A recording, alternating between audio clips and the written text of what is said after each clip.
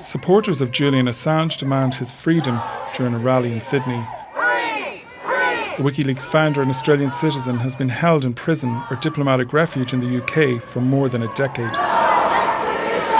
But his supporters hope they can bring that to an end. It's not just Julian who has lost his freedom, but all of us. Because in order to keep Julian in prison, they have had to corrupt their own rules and their own principles. Assange is fighting extradition to the United States to face charges of espionage. Washington is pursuing the journalist for his role in releasing hundreds of thousands of classified military documents related to the wars in Iraq and Afghanistan. Washington says he's a national security threat who put lives at risk.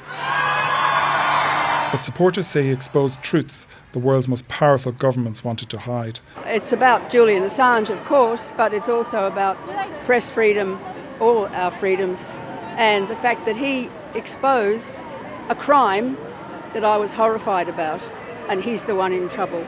He's the one imprisoned. The protest was organised to coincide with a visit to Sydney by the US president.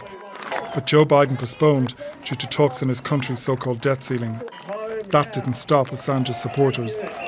For me, look at every human rights NGO, every press freedom NGO in the United States, over 25 of the largest ones, Amnesty International, Human Rights Watch, ACLU, all calling on the Biden administration to drop this because of what it means to press freedom in the United States.